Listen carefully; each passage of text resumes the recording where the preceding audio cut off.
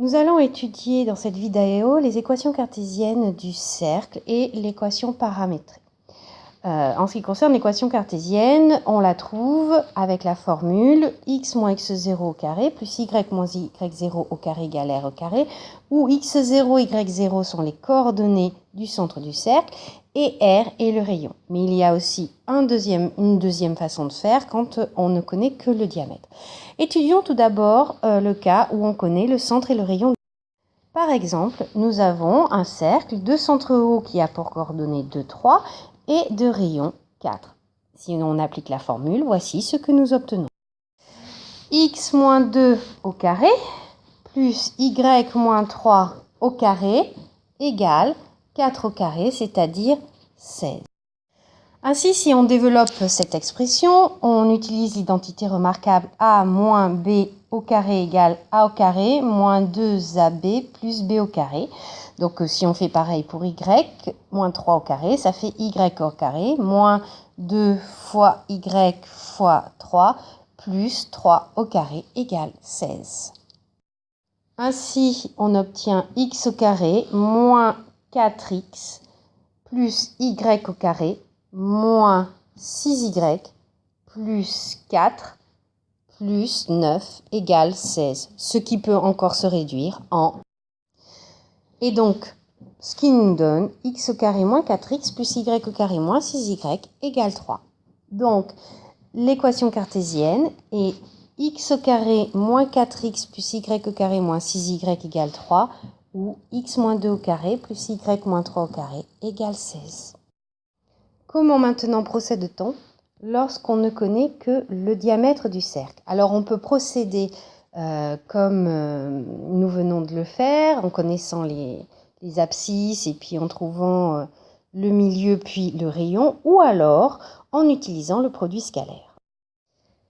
Par exemple, si nous connaissons les points A et B qui forment le diamètre du cercle, nous savons que un triangle rectangle de diamètre AB est inscrit dans le cercle de diamètre AB. Donc on va chercher tous les points M tels que le produit scalaire MA scalaire MB soit égal à 0, de sorte que ce triangle soit rectangle. Nous calculons donc dans un premier temps les coordonnées du vecteur MA puis les coordonnées du vecteur MB. Et donc, nous allons écrire le produit scalaire MA scalaire MB, donc 3 moins x facteur de 5 moins x, plus 4 moins y facteur de 6 moins y, tel que ce produit scalaire soit égal à 0. En développant cette expression, on obtient donc ici une équation très détaillée de l'équation du cercle que nous allons maintenant réduire. On obtient donc l'équation suivante, x au carré moins 8x plus y au carré moins 10y plus 39. Donc nous allons maintenant voir ce qu'est une équation paramétrée d'un cercle. Une équation paramétrée d'un cercle s'écrit x de t est égal à x0 plus r cosinus t et yt est égal à y0 plus r sinus t. x0 et y0 sont les coordonnées du centre du cercle, r est le rayon. Voilà ce que ça donne sur un exemple.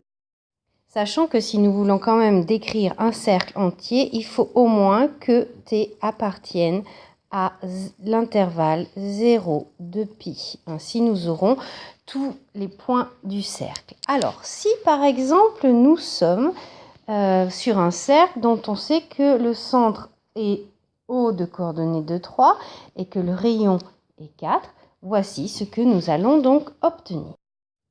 Ainsi, dans ce cas, comme nous savons que les coordonnées du centre sont 2, 3 et que le rayon est 4, l'équation paramétrée de ce cercle, ce sera x de t est égal à 2 plus 4 cosinus t, y de t est égal à 3 plus 4 sinus t. Et si nous voulons décrire le cercle entier, nous pouvons dire que t appartient à 0 de pi ou encore que t appartient à r.